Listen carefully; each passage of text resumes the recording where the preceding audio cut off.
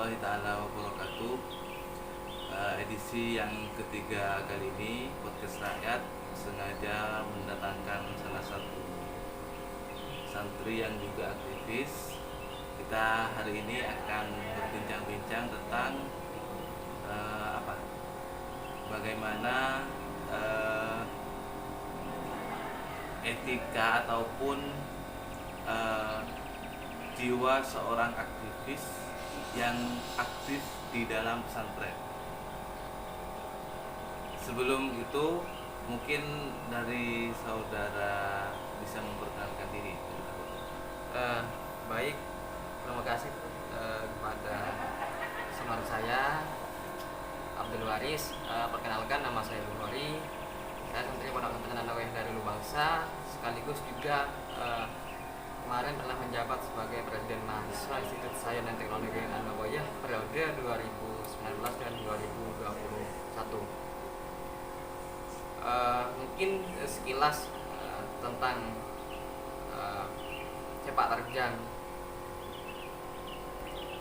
santri yang notabene adalah santri aktivis.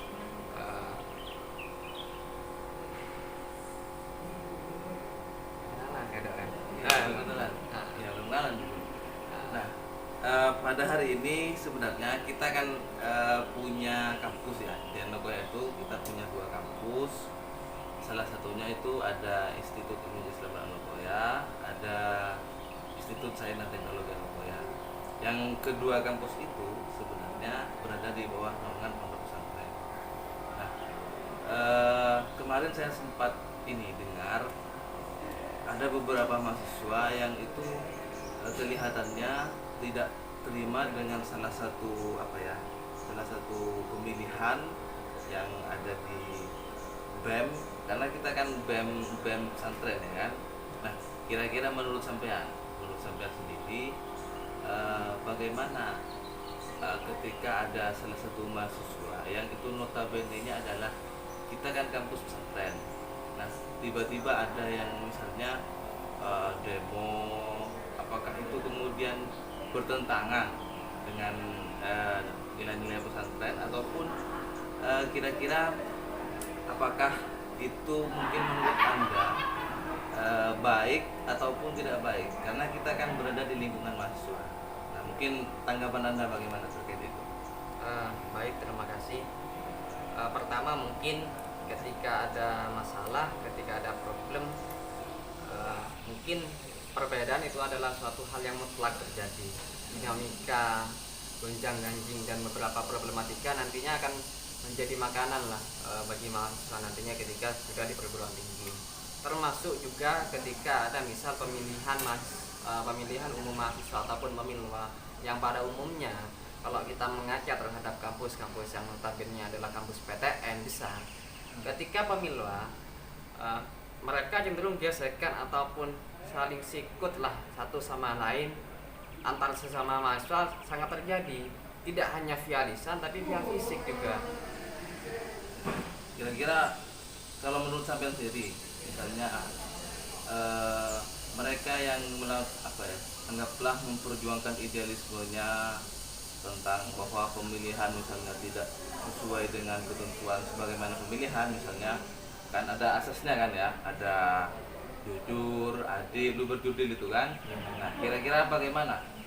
Apakah mahasiswa itu berhak untuk mendapatkan itu ataupun bagaimana? Kita kan sebagai salah satu rakyat Indonesia harus punya jiwa-jiwa demokrasi. Menurut sampean itu kira-kira apakah itu kemudian bertentangan relasinya antara kita kan pesantren, kita kan punya etika, apakah mungkin itu bertentangan seperti itu kemudian demo ke rektor, ke kalangan sivitas ataupun ke BEM misalnya, apakah itu kemudian bertentangan dengan nilai-nilai pesantren? Kira-kira menurut sampean gimana? Iya.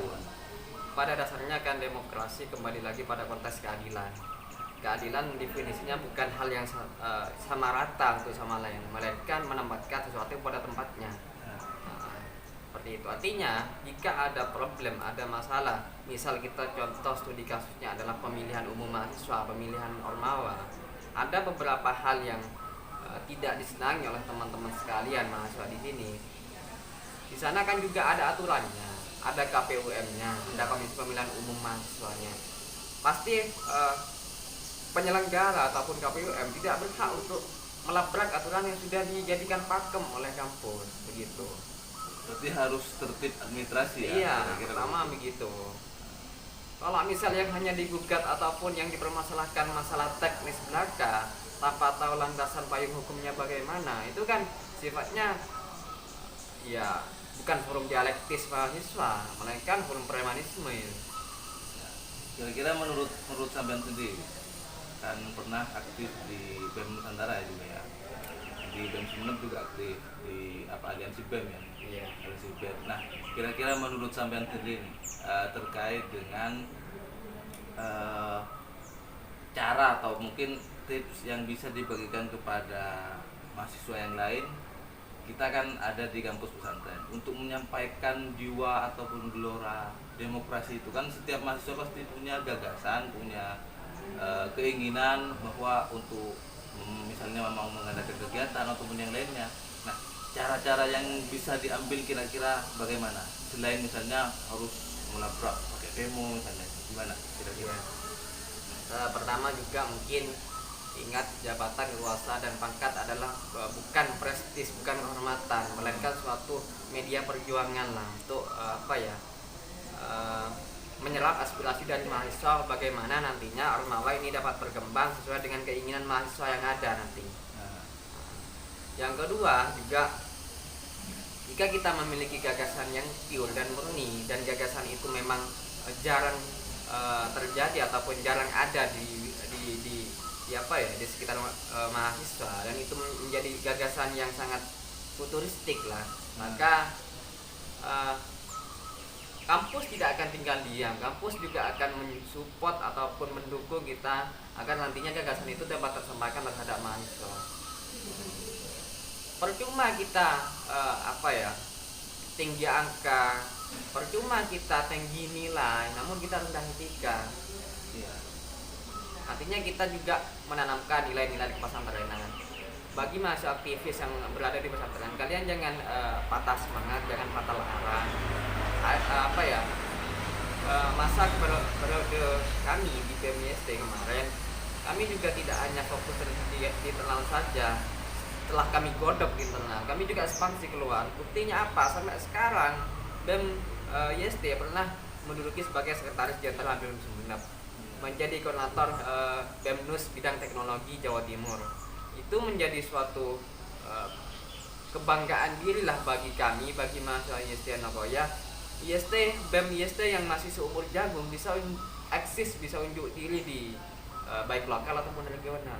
Iya, nah kita tahu kan bagi sebagian mahasiswa yang itu statusnya santri, mungkin karena mereka berada di pesantren mungkin agak tertutup kan, jadi tidak tahu misalnya informasi di dunia digital ataupun yang lainnya.